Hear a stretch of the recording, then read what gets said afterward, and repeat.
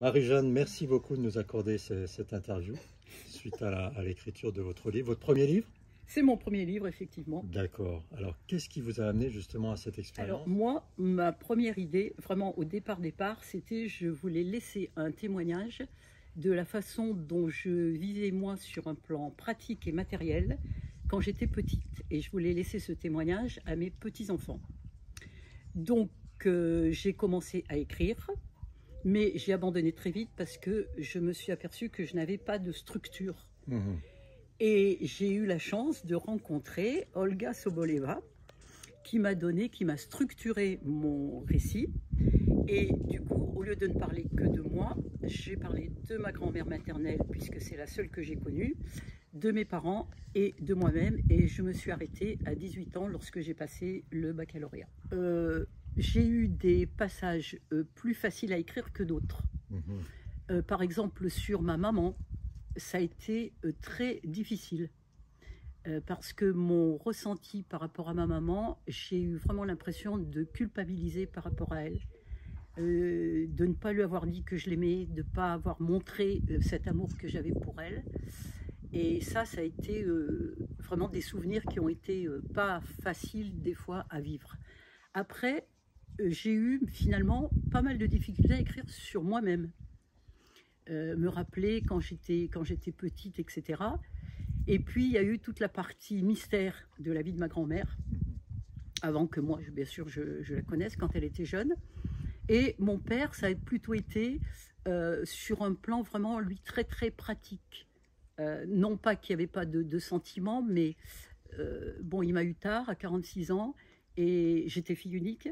Et je pense qu'il n'a jamais su vraiment quelle attitude adopter envers moi. Quand j'ai grandi, en particulier quand j'étais adolescente, quoi. Voilà. Donc un parcours très riche en émotions finalement. Plus émotionnel que littéraire peut-être. Oui, il y a beaucoup d'émotions. Il y a une partie littéraire sur laquelle il faut travailler et puis réécrire. Mais il y a aussi toutes ces émotions qui remontent. Et certaines fois, on écrit des passages qui ne sont pas dans le livre après. Inversement, il y a des choses qu'on n'aurait pas pensé écrire et qu'on écrit. Donc effectivement, c'est très très riche. Et pour un peu, je conseillerais à tout le monde, même si c'est pour le laisser dans un coin de son placard, mais à faire cette démarche.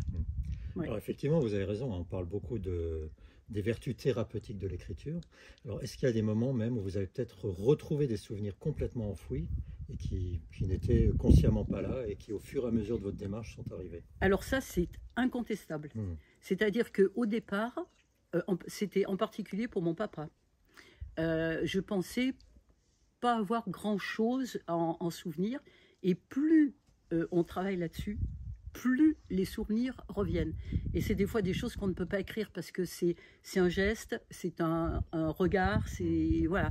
Mais c'est vrai que plus on est dans ces souvenirs, plus les souvenirs affluent et reviennent. Ouais. Et très précis. Vraiment, c'est des images des fois qui sont extrêmement précises. Ouais. Et Ainsi va la vie, c'est donc le titre de votre ouvrage. Alors, Ainsi va la vie, comment allait-elle avant de lire le livre et comment va-t-elle pour vous aujourd'hui?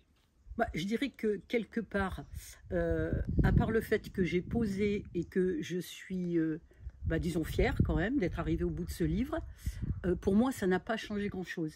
Sauf que je suis fière d'avoir transmis ça, pour moi, à mes générations après. Même s'il y a d'autres personnes qui le lisent, mais moi, l'important, c'était mes enfants et mes petits-enfants, quoi. Leur laisser ça, ce témoignage-là. Voilà. Et moi, j'ai quand même une question. Comment la fille qui est à côté, juste là, vit le fait que sa maman a écrit un livre? Alors, déjà de dire qu'il y a la fille et puis il y a mon frère Damien et mon autre sœur Céline. Et en fait, à force que maman, elle nous dit ça, oh, j'aimerais bien écrire mes mémoires, j'aimerais bien vous laisser. Et nous, du coup, ça nous a donné envie de lire, de lire ses mémoires, de dire, vas-y, explique-nous ta vie. Du coup, un jour, avec mon frère et ma sœur, on s'est concerté et on a dit, ok, on va mettre des sous pour lui payer un stage d'écriture, puisque justement, elle disait, là, j'écris, mais bon, du coup, non, je m'arrête, je sais pas comment commencer, etc.